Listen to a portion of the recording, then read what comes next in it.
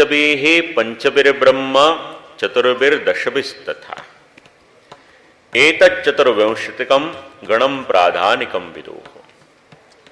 આ શરીરનું ફંક્શન કઈ રીતે ચાલે છે શ્રીમદ ભાગવત સમજાવે છે. અને ભાગવતમાંથી જાણવા જેવું કંઈક હોય તો આ બધું છે. વેદ્યમ વાસ્તવ મત્ર વસ્તુ શિવદમ તાપત્રયોન્મૂલનમ આ ભાગવત છે. તો પંચભી એટલે શું? તો પાંચ તત્વ, પંચ મહાભૂત, ભૂમિ, જલ, અગ્નિ, વાયુ અને આકાશ, આ ભગવાને આપણને આપ્યા. હવે આપણું કર્તવ્ય હતું કે આ પાંચે પાંચને આપણે શુદ્ધ રાખીએ, પણ આપણે ભૂમિને શુદ્ધ ન રાખી આજે જે પ્રકારનું પોલ્યુશન છે, જરા ઇન્ટરનેટ ઉપર જઈને સર્ચ કરજો અને આ પંચમહાભૂત છે એનો વિચાર કરજો, એટલે કેટલા કેટલા પ્રકારનું પોલ્યુશન છે ખ્યાલ આવશે. ભૂમિની શુદ્ધિ ન રહી. ભૂમિની શુદ્ધિ કઈ રીતે ન રહી? વધારે પાક લેવાને માટે ભૂમિમાં એવું ખાતર આપણે મૂક્યું કે જે કેમિકલ રિલેટેડ હતું, અને પરિણામ શું આવ્યું? પંજાબના ખેડૂતોને આજે પૂછીએ તો ખબર પડશે કે એક વખત જે ભૂમિમાં ગ્રીન રિવોલ્યુશન હતું એ ભૂમિની પરિસ્થિતિ આજે શું થઈ છે. આ પૃથ્વીનું પોલ્યુશન. બીજું છે જલ.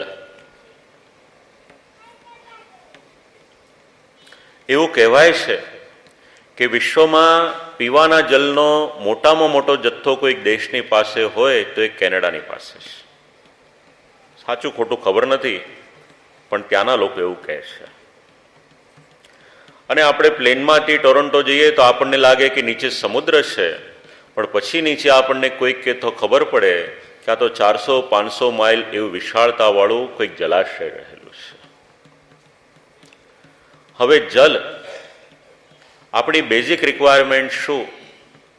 તો નાનપણમાં એવું શીખવાડ્યું હતું, ફૂડ, ક્લોથિંગ એન્ડ શેલ્ટર. પણ આજે એમાં બીજી બે વસ્તુ આજનું મોડર્ન રિસર્ચ એડ કરે છે. એમાં એક તો હવા, એની શુદ્ધિ, અને પાંચમું છે જલ. તો પીવાને માટેનું જલ, એની શુદ્ધિ હોવી જોઈએ. આજે આપણને શુદ્ધ જલ મળે છે કે કેમ, આ એક પ્રશ્ન છે. સાઉથ આફ્રિકાના તો કોઈક એક નગરે એવું કહેવું પડ્યું કે અમારે ત્યાં જલની એટલી બધી તકલીફ છે કે કેટલો સમય અમારી પ્રજાને અમે જલ આપી શકીશું, એ પ્રશ્ન છે. આ ભગવાને આપેલું બીજું તત્વ, એનું નામ છે જલ. ત્રીજું તત્વ છે અગ્નિ. આ શરીરની કિંમત ક્યાં સુધી? શરીર ગરમ હોય ત્યાં સુધી. જીવ જતો રહે, શરીર ઠંડુ થઈ જાય. આ અગ્નિ તત્વ તમારા ને મારા શરીરને ગરમ રાખે છે. પણ જો એ અગ્નિનો પ્રવેશ વધારે માથામાં થઈ જાય, પછી દૂધ ગરમ કરવું હોય તો ગેસ ઉપર મૂકવાની બહુ જરૂર પડે નહીં, એના માથે મૂકી દઈએ એટલે ગરમ થઈ જાય. ચોથો શબ્દ છે વાયુ.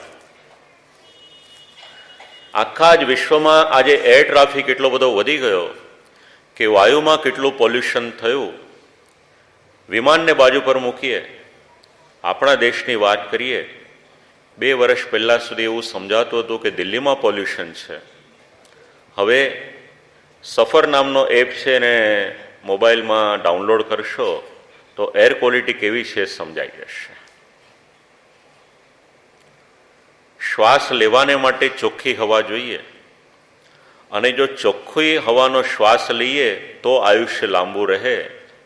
આજનું સંશોધન એવું કહે છે કે તમારા ને મારા જીવનનો 10 થી 12 વર્ષનો ગાળો ઓછો એટલા માટે થઈ જાય છે કે આપણને શ્વાસ લેવાને માટે ચોખ્ખી હવા નથી મળતી. અને વિશ્વમાં ઓક્સિજનનો વેપાર થવાની શરૂઆત થઈ. ભગવાને તો આપણને આપ્યો શુદ્ધ વાયુ, પણ આપણે એને જાળવી ના શક્યા. અને પાંચમું છે આકાશ. આ પંચભીહી એટલે પ્રકૃતિના, તમારા ને મારા શરીરમાં રહેલા, વિશ્વમાં રહેલા આ પંચ મહાભૂત. કપિલ ભગવાન પરિચય કરે.